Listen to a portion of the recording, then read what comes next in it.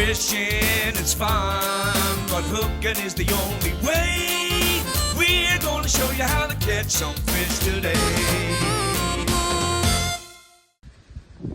Hey guys, I've been in the fishing industry all my life. You know, for many years I've been fishing all my life.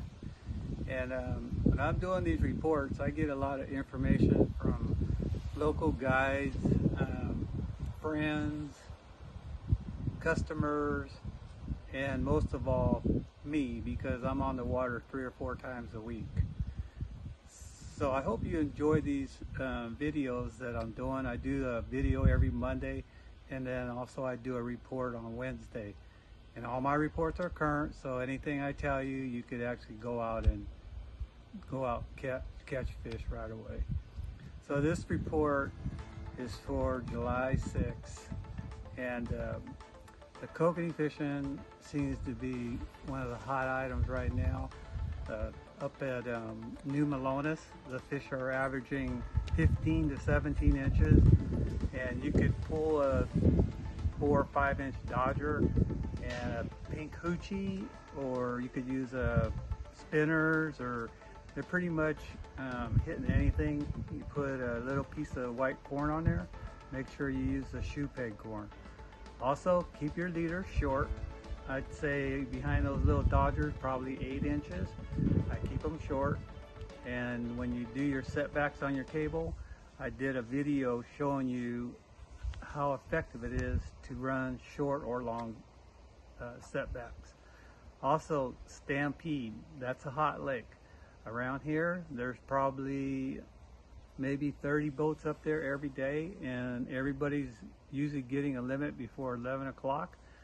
The fish up there are averaging around 14 to 16 inches, and they'll be growing right now all the way through August. They actually grow quite a bit this time of the year. Same thing as far as, you know, a dodger. You want to put a dodger, you want to use that 8-inch setback. Make sure you use shoe peg corn. I'm going to tell you, I like to use short setbacks, so watch my videos. Also, I took a ride up to Berryessa this last week. I only caught 8 kokanee, but I was the only boat there. So, you know, that lake could be busting open here pretty quick, so I would keep that in the back of your mind.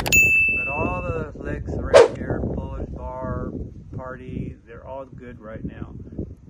So the lakes, the trout, it's starting to slow down a little bit. I noticed that most of the lakes aren't planting anymore because the weather's getting too hot.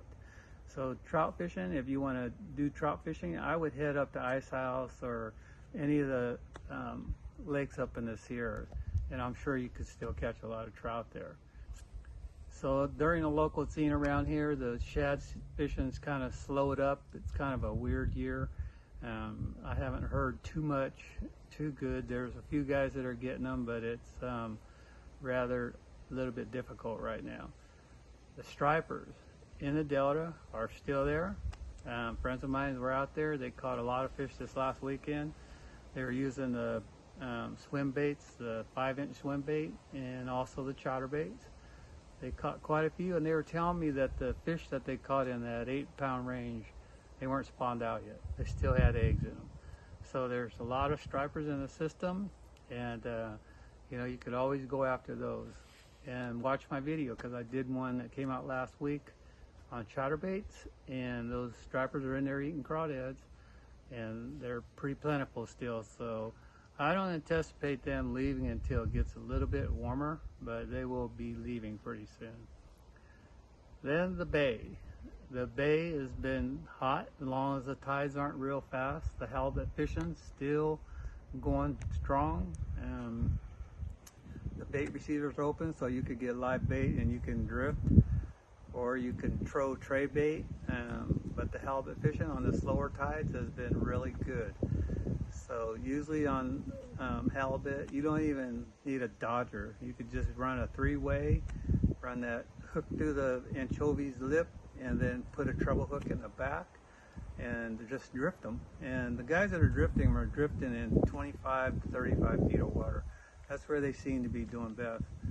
But I know guys that are trolling still, tray bait, in South Bay in 10 and 15 feet and still catching a lot of fish.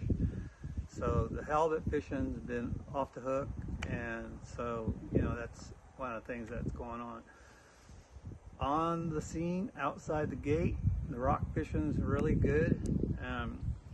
You could go to the Fairlines, Bodega Bay, you could go up there and catch a lot of fish, bottom fish, and your basic 2-hook system with a piece of squid on it, or I like to use iron, so I'll jig iron or use fish traps or use any kind of plastic swim baits.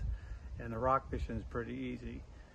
And also out there, which is probably the hottest right now, is the king salmon. There are so many out there. They're telling me that there's so much feed out there. Some of these schools are 10 miles long. That is unheard of. So all the guys that are going out there are catching limits, no problem. And the grade of fish is also, you know, really good. They're catching fish in that 10 to 25 pound. The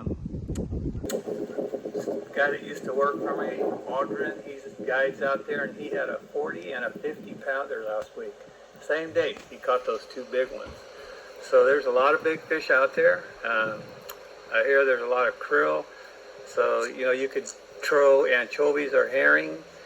You could put a dodger, you could do the spinners, you could do anything, but most of the guys are telling me that they're not using anything. They're just putting a tray, anchovy or herring, hooking it on a hook, and then bending it so that it twirls and spins, and pull behind a downrigger or behind a 2-pound ball. No flasher, no dodger, no nothing. And they can't keep them off.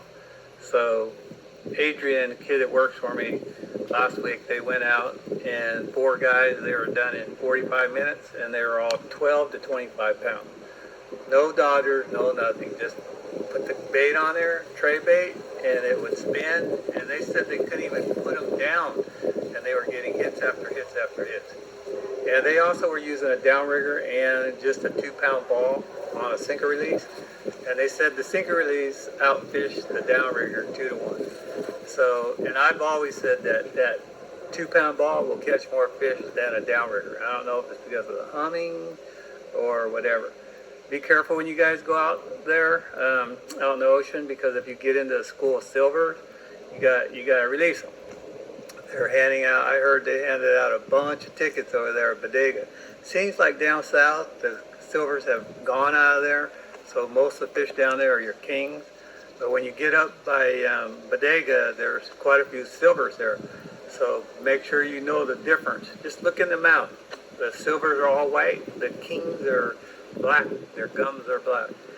So one of the things also, if you're going to be fishing for multi-species out in the ocean, so if you go out and catch a limit of salmon, you come back in and fish for halibut, or you go bottom fishing, make sure your hooks are barbless. Once you put a salmon in the boat, your hook has to be barbless. So don't forget. So, you know, if you guys get a limit of salmon and you got all the time, and you go fish for something else, make sure you're using barbless hooks.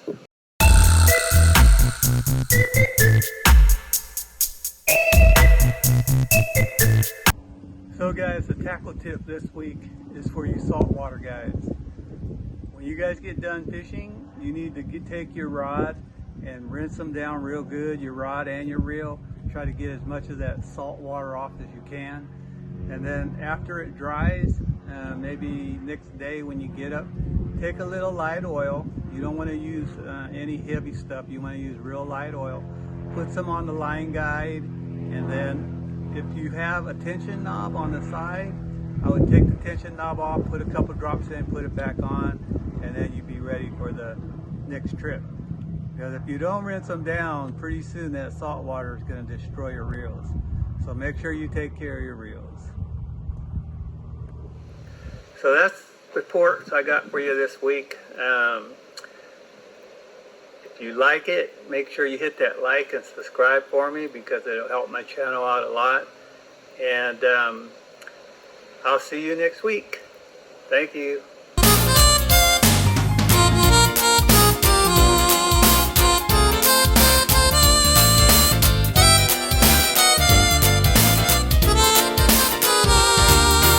Fishing is fun, but hooking is the only way. We're gonna show you how to catch some fish today.